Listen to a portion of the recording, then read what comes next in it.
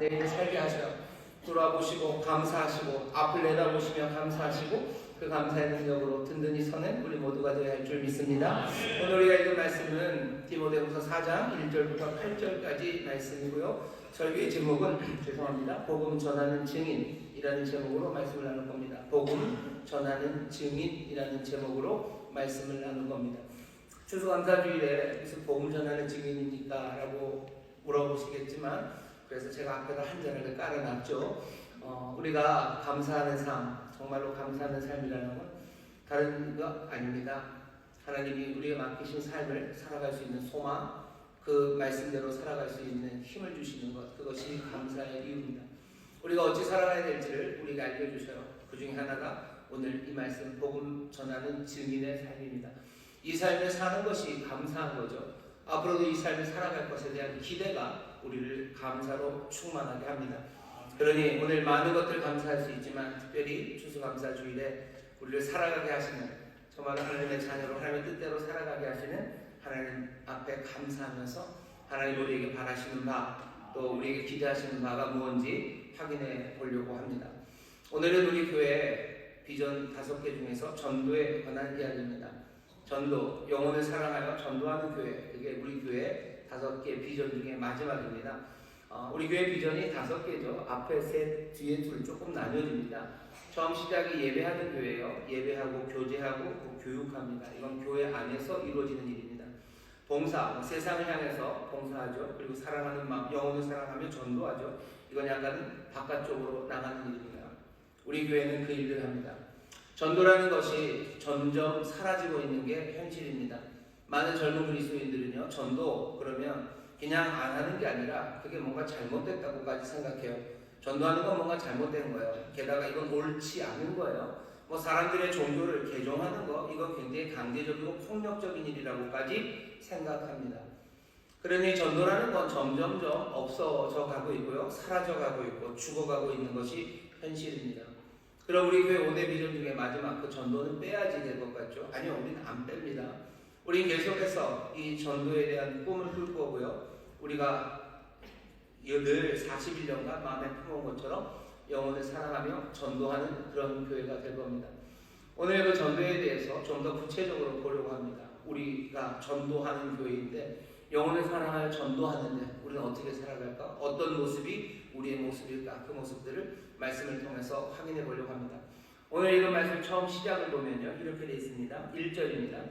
하나님 앞과 산 자와 죽은 자를 심판하실 그리스도 예수 앞에서 그의 나타나실 것과 그의 나라를 두고 엄히 명하노니. 바울이 지금 디모데에게 말하는데요, 먼저 확인하는 건 2가지입니다. 첫 번째, 예수님은 이미 왕으로 보좌에 앉아 계셔.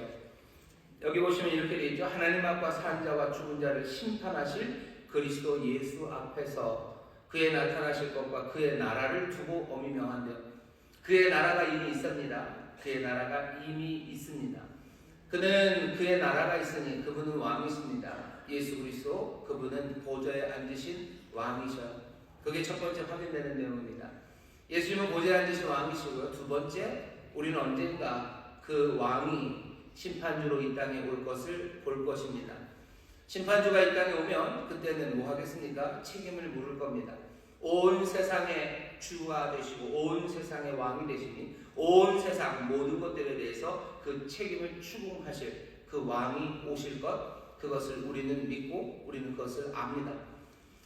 예수님 지금 왕이셔요. 그리고 예수님 이제 모든 것들의 책임을 묻기 위해서 나타나실 겁니다. 언제 나타나십니까? 모릅니다. 마지막 날이 얼마나 멀리 있는지, 얼마나 가까이 있는지 우리는 잘 모릅니다. 잘 모르는 게 아니라 절대 모릅니다. 이거 안다고 하는 사람이 있으면 무조건 다 틀린 겁니다.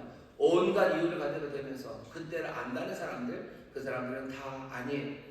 마지막 날이 얼마나 가까이 있는지 우리는 절대 몰라요. 하지만 우리에게 맡기신 일은 분명합니다. 매일 그리고 매해 우리가 주님이 오셨을 때 우리의 삶을 설명할 준비를 해야 돼요.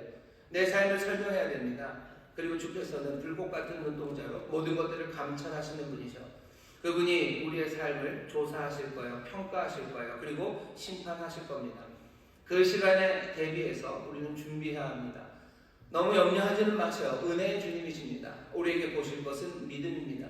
믿음으로 내가 주의 말씀을 순종했는지 그거 보실 거지. 우리가 거기서 무엇을 이루었는지에 대해서는 그건 하나님도 그렇고 예수님도 그렇고 많이 살피지 않으셔요. 우리가 믿음으로 살아왔는지 그거 보십니다. 그런데 믿음으로 살지 않는 사람들이 너무 많은 거죠. 심판이 가까이 올 때 우리에게 맡기신 일들을 우리가 믿음으로 행했는지 확인해 가야 합니다.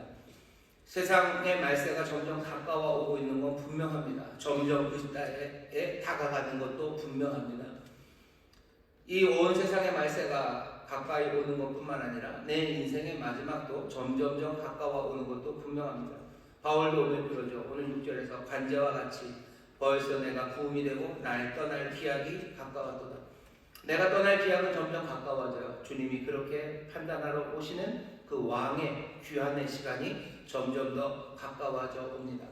그러니 어떻게 해야 됩니까? 세월 갈수록, 시간이 갈수록 우리는 더 깊은 책임감으로 살아가야 합니다. 내게 맡기신 일들이 무엇인지 확인하고 그 일을 점점 더 책임감 있게 계속하는 게 중요합니다.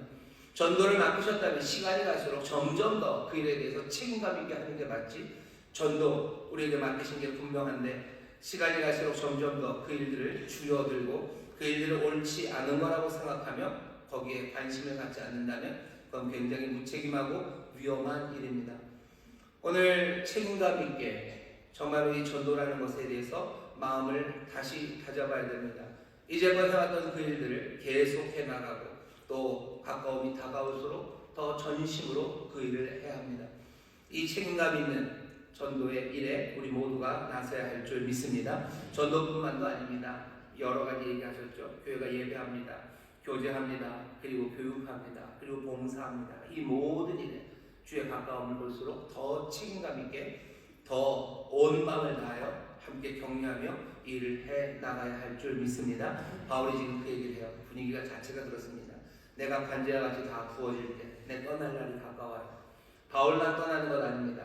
여기 디모데, 젊은 디모데도 떠날 날은 점점점 가까워 오는 겁니다. 사실 누가 먼저 갈지도 모릅니다. 여기 계신 여러분들 중에 저보다 연세가 많으신 분들이 계셔요. 여러분들이 먼저 갈지 제가 먼저 갈지 모릅니다. 속으로는 저 목사님 입방정 아니 진짜 모릅니다. 진짜 모릅니다. 사람들은 부정하고 싶지만 그렇지는 않습니다. 우리가 살아가는 그날 책임감 있게 준비하기 위해서 우리가 해야 될 일들에 대해서 다시 한번 보아야 합니다. 디모데에게 바울이 격려합니다. 오늘 디모데 후서죠. 뭐라고 격려합니까? 하던 일들 계속 해야 되는데 디모데가 하던 일이에요. 2절입니다. 너는 말씀을 전파하라. 때를 얻든지 못 얻든지 항상 힘쓰라. 범사에 오래 참음과 가르침으로 경책하며 경계하며 권하라. 디모데에게 뭐라고 얘기하셔요? 바울이 너 여지껏 했었지만 이제 앞으로 더 책임감 있게 잘해야 돼요. 무슨 일 해야 됩니까? 너는 말씀을 전파하랍니다. 여기 2절 처음 시작이 너는 이라고 되어 있어요. 이 너는 당연히 디모데입니다. 오늘 우리가 읽은 이 말씀은요, 사실은 목회 서신이라고 해서 바울이 목회자인 디모데에게 주는 편지입니다. 그러니까 목사에게 주는 편지예요. 그러니까 디모데 전서를 제일 잘 읽어야 되는 사람들은 목사들이고요, 목회자들입니다. 디모데, 설교하는 사람에게 하는 말이에요. 디모데야, 너는 말씀을 전파해라. 우리 기도할 때마다 대표 기도하시는 분들 그러시죠. 담임 목사님 말씀을 전파할 때, 말씀을 선포할 때라고 하시는 이유가 목회자는 말씀을 선포합니다. 말씀을 전파합니다. 말씀을 전파하는 일은 목사들이 해야 되는 일이에요. 그 일에 대해서 이제 뭐라고요? 더 열심히 하랍니다. 말씀을 전파하는 게 목사가 하는 일이죠. 이 말씀이라는 건 그러면 뭐겠습니까? 말씀은 그냥 성경만은 아닐 겁니다. 성경 아닙니까? 성경만은 아니에요. 왜냐하면 여기 우리가 읽은 4장 바로 앞에가 그 유명한 디모데후서 3장 16절 모든 성경은 하나님의 감동으로 된 것으로 교훈과 책망과 바르게 함과 의로 교육에 하기에 유익하니 이렇게 되어 있습니다. 성경이 그렇게 중요해요. 그러니 성경이 말씀을 전하는 데는 분명히 쓰여질 겁니다. 디모데에게 이 편지를 보낼 때 사람들이 갖고 있었던 초대교회 성경은 구약 성경입니다. 그 구약 성경 안에서 뭘 전하는 거예요? 예수님 전하는 거죠. 구약 성경을 근거로 예수님이 하신 일들을 초대교회는 압니다. 하신 여러 가지 일들 중에서 특별히 그 부활에 관하여 부활을 통해서 이제 예수님이 이 땅의 왕이 되시고 이 땅의 구주가 되심을 다시 한번 설명하고 그것들을 보이는 것, 그것이 말씀을 전파하는 일이었습니다. 기독교의 메시지의 핵심이에요. 주님이신 예수, 예수가 그리스도이시고 예수가 주님이심을 전하는 것. 디모데는 뭐 해야 됩니까? 그 말씀, 아예 그 말씀이라고 되어 있는 헬라어로 로고스예요. 로고스를 설교해라, 로고스를 전파해라 라고 되어 있습니다. 로고스를 전하는 것, 말씀을 전하는 겁니다. 예수 그리스도가 정말로 그리스도 왕이시고 세상의 주가 되셔서 다스릴 분이시고 이제 온 세상을 심판주로 이제 오셔서 판단하실 그분이라는 사실을 전하는 것, 그것이 말씀을 전파하는 일입니다. 이게 바울이 디모데에게 하는 이야기예요. 말씀을 전파하라죠. 여러분 조금 이제 안심이 되어가죠. 아 그래, 이 이야기들은 다 목사들이 들을 일이고 내가 할 일은 아니구나 싶은 생각이 들으실 텐데요. 예, 좋습니다. 뭐 좋아요. 한 20분만 기다려보셔요.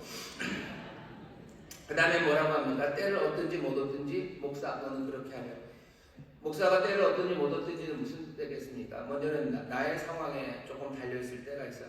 어떤 때는 지금 제가 하는 것처럼 말이 막 버벅대고요. 정신없고 뭔가 잘 안 될 때가 있습니다. 어떤 날은 말씀을 전하고 설교하기에 적합하지 않아요. 아프기도 하고 뭐가 좀 정신도 없고 힘들어서. 하지만 어떤 날은 아니에요. 어떤 날은 머리가 그냥 정말 맑고요. 그냥 설교 앞부터 끝까지가 다 생각나고요. 뭘 어떻게 해야 될지가 참 명확한 그런 날도 있습니다. 그런 날이 많진 않군 이라고 생각하시는 거죠. 때를 얻든지 못 얻든지예요. 어떤 때는 때를 얻든지 못 얻든지. 하지만 설교하는 사람, 그 사람의 상황만 아니에요. 바깥의 상황도 있죠. 여러 가지 이유로 때가 적합하지 않은 때들이 있습니다. 정치적인 압력이 있어서 말씀을 전하지 못할 때가 있어요. 지난번 코로나 같은 때죠.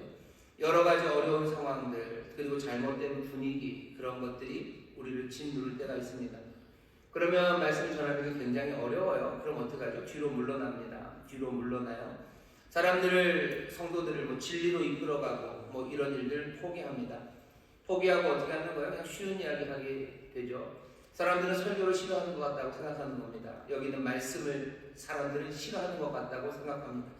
예수님이 왕이 되시고 예수님이 주가 되시고 또 예수님이 세상의 심판자가 되신다는 이야기를 사람들이 그렇게 즐거워하지 않는 것 같아요. 그러니 설교하기보다는 그냥 이런저런 묵상들로 축소하기도 하고요.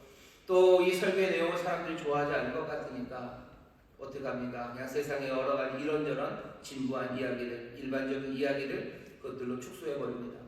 그럼 얼마나 쉬워요. 그죠? 때를 얻든지 못 얻든지 말씀을 전해야 되는데 그냥 어려울 때는 그냥 다른 이야기들 하고 힘든 이야기 말고 사람들 즐거운 이야기 하고 그렇게 하면 될 것 같습니다. 근데 바울은 뭐라 그래요? 아니 때를 얻든지 못 얻든지 너는 말씀을 전파하라. 너는 말씀을 전하랍니다. 말씀을 전하라. 예수 그리스도 전하라. 예수가 왕이시고 예수가 구원자시고 예수가 세상의 심판자이심을 너는 전해야 된다고 그 말씀을 지금 디모데에게 하는 겁니다. 말씀을 선포하라는 이야기를 디모데에게 합니다. 왜? 디모데는 나이 어리고 어쩌면 수줍음 많고 어쩌면 염려가 많은 연약한 사람이기 때문에 그래요. 격려해야 됩니다. 디모데야 뒤로 물러나지 말아라. 너 말씀을 선포하는 게 네가 할 일이다. 너 뒤로 물러나지 말아라. 때를 얻든지 못 얻든지 이 일을 해야 한다고 지금 디모데를 격려하고 있는 겁니다. 이 격려에 하나 덧붙여지는 게 있어요. 3절입니다. 2절 뒷부분에 보면은 범사의 오래 참음과 가르침으로 경책하며 경계하며 권하라. 목사가 해야 될 일은 경책하는 일이에요. 경계하는 일이에요. 그리고 권하는 일입니다. 경책하죠. 잘못됐다고 말해야 돼요. 너 잘못됐다. 책망하는 일. 그 다음에 또 뭐합니까? 경계하는 거야. 경고하는 거야. 그러면 안 된다. 너 잘못됐다. 너 그러면 안 된다. 그 다음에 권하죠. 그리고는 격려합니다. 선한 일, 의로운 일을 격려하는 것, 그 일을 해야 돼요. 이 일 하는데 어떻게 하랍니까? 여기 보면 오래 참음과 가르침으로 그 일을 하랍니다. 오래 참음으로 하는 거예요. 설명하면서 하는 겁니다. 왜 중요한지 설명해야 돼요. 그 주제의 뿌리까지 내려가서 이게 무슨 가르침인지를 설명해내야 됩니다. 쉽지 않죠? 오래 참음, 인내가 필요합니다. 말하는 사람이나 듣는 사람이나 인내해야 돼요. 원래 배운다는 건 그렇습니다. 한 번에 다 배워요. 그냥 너 이거 잘못됐다. 그 얘기만 들으면 됩니까? 어제 그제 무슨 결과, 중요한 판결, 선고가 나와서 선고의 주문은 짧습니다. 뭐뭐에 처한다. 그럼 끝이에요. 그리고 그 뒤에 아주 긴 보니까 뭐 100페이지가 넘는다 그러죠. 100페이지가 넘는 설명들이죠. 사람들이 이거 잘 안 읽죠. 잘 안 읽죠. 왜? 인내해야 되기 때문입니다. 쓰는 사람도 마찬가지예요. 그냥 너 틀렸다라고만 말하면 좋을 것 같은데 아니요. 재판장은 설명해야 됩니다. 쭉 그 긴 이야기를 설명해요. 목회자는 어떻게 해야 됩니까? 말씀을 전파해야 됩니다. 예수님 전해야 되는데 그 일을 오래 참음과 가르침으로 해야 돼요. 인내가 필요한 일입니다. 공격적으로 할 수 없어요. 강압적으로 할 수 없어요. 그냥 너 틀렸다고 그러면 안 된다고 이래 해야 된다고 그렇게 하는 건 아니라 오래 참음과 그리고 가르침으로 그 일을 하랍니다. 그게 목사들이 해야 될 일이에요. 여러분 이제 점점 얘기가 흥미진진해지시죠? 네, 여러분들 얘기가 아니라 제 얘기 같으니까. 제 얘기가 아니라 제 얘기만은 아닙니다. 우리 교회 목사가 저만 있는 건 아니잖아요. 네, 다른 목사님들 있잖아요. 다른 목사님들이 있고 말씀을 전하는 사람들, 그 사람들에 관한 이야기는 분명해요. 오래 참음과 가르침으로 말씀을 전파합니다. 기대해야 되는 건 여기 경책하고 경고하고 권하는 일이에요. 뭔가 잘못됐다고 말할 거예요. 너 그러면 안 된다고 말할 거고요. 그리고 뭐요? 이렇게 해야 된다고 그 말이 들려올 겁니다. 그런데 여기 이 설명하고 경고하는 이야기를 바울이 뒤로 미루지 않습니다. 디모데에게 바로 경고합니다.